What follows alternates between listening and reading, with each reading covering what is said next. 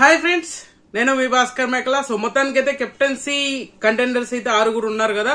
Wild card నుంచి 5 and Suman Shetty 6 అయితే wild cards. మొత్తం కలిసి 6 కెప్టెన్సీ కంటెండర్స్. ఈ కంటెండర్స్ అందరికి ఒక టాస్క్ అయితే పెట్టాడు. ఆ టాస్క్ లో ఎవరు విన్నారని. నిజంగా సుమన్ శెట్టి లక్ ఎలా కలిసి వస్తున్నారా బాబు, మామూలు లక్ కాదు. గేమ్ లోనే కాదు, దుమ్ము దులిపే ఆట కూడా ఆడుతున్నాడు. అండ్ నిజంగానే హౌస్ కెప్టెన్ అయిపోయాడా? షాకింగ్. టాస్క్ లో ఎర్రగ తీసేసాడా? ఏంది ఈ క్లారిటీ అంతా మీకు ఇస్తాను. అండ్ ఇంకోటి ఏంటంటే, కెప్టెన్ సుమన్ శెట్టి అవుతాడా, అవుతే ఎలా ఉంటది ఏంటి అనేది కింద కామెంట్ చేయండి. అండ్ టాస్క్ లలో ఎర్రగ తీసేశాడు. అండ్ సడన్ గా నిఖిల్ ఇప్పటి వరకు కెప్టెన్సీ కంటెండర్ లో దాంట్లో లేడు, కానీ సడన్ గా ఎలా వచ్చాడు అనేది పెద్ద ట్విస్ట్ అనమాట. సో నిఖిల్ నాయర్ కూడా కెప్టెన్సీ కంటెండర్ అయ్యాడు. సో ఎవరు ఏంటి, అసలు ఆయన ఎందుకు అలా కెప్టెన్సీ కంటెండర్ డైరెక్ట్ గా ఎలా అయ్యాడు, అయితే దాని గురించి క్లియర్ గా మాట్లాడదాం. అంతకంటే ముందు వీడియో చూసేటప్పుడు ఖచ్చితంగా ఒక లైక్ వేసుకోండి ప్లీజ్, పుష్ అవుతుంది. వీడియో లైక్ చేసేసి వీడియో ఎండ్ వరకు చూసే ప్రయత్నం చేయండి. అలాగే హైప్ అనే బటన్ వచ్చింది కదా, దాని మీద కూడా క్లిక్ చేయండి. సో ఓవరాల్ గా 6 మెంబర్స్ ఉన్నారు కదా. 6 మెంబర్స్ ఆల్రెడీ వైల్డ్ కార్డ్స్ నుంచి శ్రీనివాస్ అండ్ ఆయేషా అండ్ మన గౌరవ్ అండ్ మాధురి గారు అండ్ ఇంకొకరు ఎవరు అని అంటే మన రమ్య అండ్ సుమన్ శెట్టి. ఈ 6 మోస్ట్లీ ఈ 6 పేర్స్ అంటే 6 కెప్టెన్సీ కంటెండర్. దీంట్లో నుంచి ఇద్దరిద్దరిని టాస్క్ ఏంటంటే ఇద్దరిద్దరిని పేరుగా చేసుకోవాలంట. ఇద్దరిద్దరు ఎవరెవరు అని అంటే సుమన్ అండ్ గౌరవ్ వీళ్ళిద్దరు ఒక పేరు ఉంటారు. అండ్ మాధురి సాయి శ్రీనివాస్ వీళ్ళు ఒక పేరు. అండ్ రమ్య ఆయేషా వీళ్ళు ఒక పేరు అనమాట. సో ఈ పేర్స్ గా డివైడ్ చేస్తారు. ఈ 3 పేర్లకి ఒక టాస్క్ అయితే పెడతాడు. అంటే ఆ టాస్క్ ఏంటి అని అంటే, ఒకటి యాక్టివిటీ ఏరియా ఉంటది కదా. సో యాక్టివిటీ ఏరియాలో ఒక బాక్స్ అయితే పెడతారు. అండ్ కీస్ అనేది గార్డెన్ ఏరియాలో పెడతారు అంట. సో గార్డెన్ ఏరియాలో పెట్టడం మన టాస్క్లు పెట్టేటప్పుడు, సో టాస్క్ లో అక్కడ ఒకరిని ఆ బాక్స్ లో పెట్టాలి.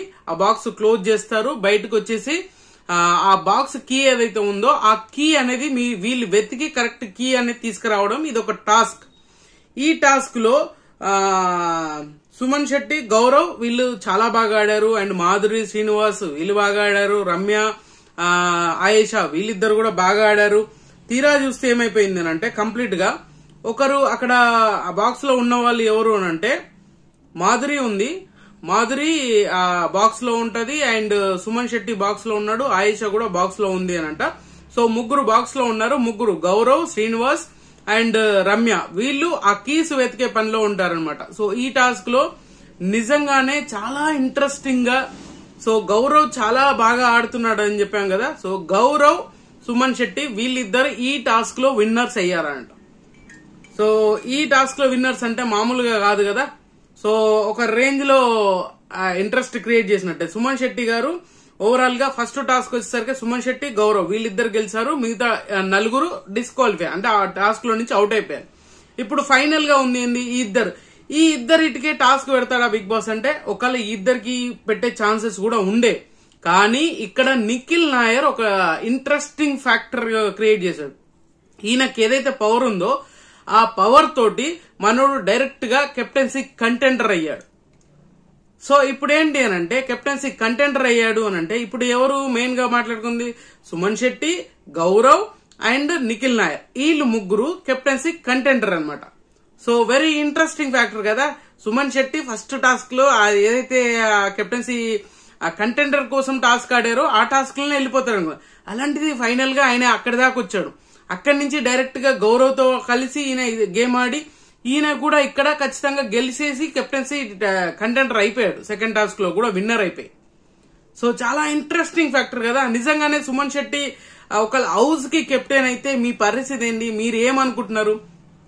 I will happy. ఎందుకు అనంటే, సుమన్ శెట్టి కెప్టెన్ అయితే అందరూ ఎలా ఉంటారు ఏంటి అనేది కాదు, సుమన్ శెట్టి ఎలా ఉండబోతున్నాడు, ఆయన రియల్ ఫేకా అనేది క్లియర్ గా అర్థమైపోతుంది. ఎవరితో ఎలా బిహేవ్ చేస్తాడు, కెప్టెన్ గా ఆయన హోదా ఏంటి అనేది అయితే క్లియర్ గా చూస్తారు. అది ఖచ్చితంగా ఉండే ఛాన్సెస్ ఎక్కువ ఉంది. నాకు తెలిసినంత వరకు కెప్టెన్సీ ఫైనల్ టాస్క్ కూడా సపోర్టింగ్ టాస్క్ అయ్యే ఛాన్సెస్ ఎక్కువగా ఉంది. సపోర్టింగ్ చేసే టాస్క్ ఎక్కువగా ఉండే ఛాన్సెస్ ఉంది.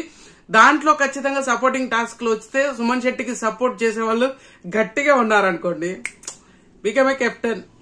నిజంగా అయితే ఎలా ఉంటుందో నాకైతే నిజంగా వెయిట్ చేస్తున్నా. అయితే బాగుంటది కదా. సుమన్ శెట్టిలో ఒక తెలియని ఫైర్ అయినా రావచ్చు, లేదనంటే ఆయన రియాలిటీగా ఇప్పటి వరకు యాక్టింగ్ చేశాడా రియల్ అనేది ఆడియన్స్ కి ఒక క్లారిటీ రావచ్చు. ఇలా చాలా ఫ్యాక్టర్స్ అయితే క్లియర్ కట్ గా అర్థం అయిపోతాయి అనమాట. సో మొత్తానికి ఇప్పటి వరకు జరిగిన దాంట్లో 3 కంటెండర్స్ ఉన్నారు. ఈ 3లో తక్కువ లెస్ ఫ్యాక్టర్ అంటే టాస్క్ వైజ్ గానీ, కొంత ఎక్కువ బ్రెయిన్ వైజ్ గానీ ఏదైనా చూసినా సుమన్ శెట్టి కొంచెం తక్కువ ఉన్నాడు అని ఫీల్ అవుతారు కదా. అలాంటి వాళ్ళందరికీ దిమ్మ తిరిగిపోయే షాక్ ఇస్తాడా సుమన్ శెట్టి అని అంటే, ఈ మధ్యన సుమన్ శెట్టి ఏది చేసినా కూడా ఏది చేసినా దన్న వెళ్ళిపోతూ ఉంది అనమాట. సో మామూలు కాదు.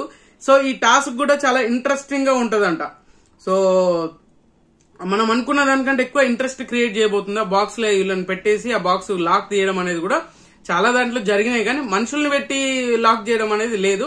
బట్ బాక్స్ అంటే బాక్సే, మరి అది ఏ విధంగా ఉంటది ఏంటి అనేది అయితే కింద కామెంట్ చేయండి. అండ్ నాకు తెలిసినంత వరకు సుమన్ శెట్టి కెప్టెన్ అవ్వాలనేది నాకు అనిపించింది. బట్ మీకేమనిపించింది ఏందనేది కింద కామెంట్ చేయండి. మీరు ఎక్స్పెక్ట్ చేసిన దానికంటే ఎక్కువగా ఈ రోజు కెప్టెన్ విషయంలో ట్విస్టులు జరిగే ఛాన్సెస్ కూడా ఉన్నాయి, గుర్తుపెట్టుకుండా ఉన్నాయి.